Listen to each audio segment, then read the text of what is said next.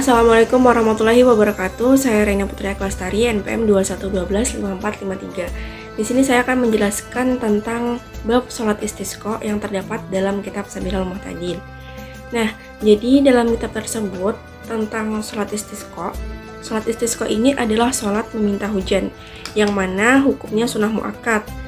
Nah, dalam kitab tersebut itu dihukumkan sunnah muakkad bagi setiap mukim dan musafir, yang mana ketika musim kemarau atau ketika seseorang kekurangan air, sangat memerlukan air, maka disunahkan untuk sholat meminta hujan. Nah, namun dalam kitab tersebut itu juga dijelaskan ada 3 cara dalam memohon untuk minta hujan kepada Allah Subhanahu wa Ta'ala. Nah, yang pertama itu setiap muslim berdoa kepada Allah Ta'ala dengan berdoa sendiri-sendiri. Nah, kemudian yang kedua itu disunahkan bagi setiap muslim untuk berdoa setelah selesai sholat atau setelah khutbah Jumat.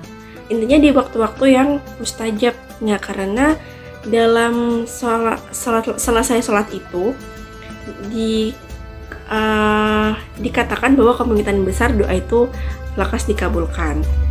Nah, kemudian cara yang ketiga ini yaitu seluruh rakyat itu diperintahkan oleh kepala negara. Jadi kepala negara atau seorang pemimpin atau wakilnya itu memerintahkan seluruh rakyatnya, seluruh masyarakatnya untuk melaksanakan atau melakukan sebuah amal kebajikan seperti bersedekah, kemudian memerdekakan budak jikalau pada zaman dahulu, kemudian bertaubat dari segala dosa dan hal-hal yang baik lainnya.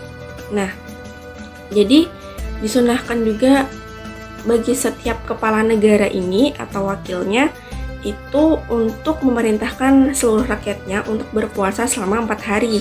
Nah, jadi 3 hari berturut-turut itu puasa sebelum ke lapangan atau sebelum melaksanakan sholat istisqa secara berjamaah.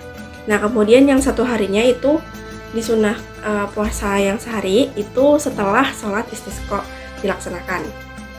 Nah, jadi setelah melakukan itu tadi, maka puasa itu menjadi wajib bagi orang yang berpuasa, artinya bagi setiap orang yang mampu untuk melakukan puasa, karena yang memerintahkan tadi adalah kepala negara atau wakilnya. Nah, jadi seperti itu. Kemudian dalam tata waktu pelaksanaannya pun sholat istisqa ini tidak ada waktu tertentu dalam melaksanakannya, karena orang yang membutuhkan air itu kan kita tidak mengetahui kapan kita memang benar-benar memerlukan air. Nah, jadi sholat istisqa ini dapat dilaksanakan kapan saja.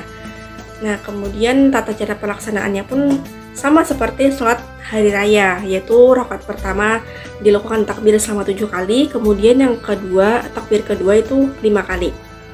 Nah, kemudian selanjutnya yaitu perbandingan terkait dengan 4 mazhab. Mengenai salah satu sebab ini saya mengambil tentang hukum pelaksanaannya. Jadi dalam 4 mazhab, yaitu menurut mazhab Maliki, Syafi'i, dan Hambali, ini mengatakan bahwa sholat istisqa adalah hukumnya sunnah muakkad, yaitu sunnah dilakukan berjamaah. Nah, namun berbeda dengan mazhab Imam Hanafi, yang mana beliau tidak menganjurkan untuk sholat sunnah istisqa ini, karena dengan berdoa saja menurut beliau sudah cukup. Nah, jadi itu perbandingan dari segi hukum antara 4 mazhab dan kitab Sabilul Muhtadin karangan Syekh Muhammad Arsyad Al-Banjari. Nah, kemudian relevansi terkait dengan masalah kontemporernya. Jadi di sini saya mengambil tentang masalah tentang perempuan yang memakai wewangian kemudian ketika di luar rumah atau masjid. Nah, jadi kan ketika perempuan ingin ikut melaksanakan sholat istisqa di lapangan terbuka atau di luar, nah itu dikatakan, jika saya mengutip dari jurnal, yang mana dikatakan bahwa menurut ulama saja ada waktu tertentu perempuan itu dapat melaksanakan sholat berjamaah di luar. Bahkan juga tidak dianjurkan bahwa perempuan itu sholat berjamaah di masjid, intinya di luar rumah.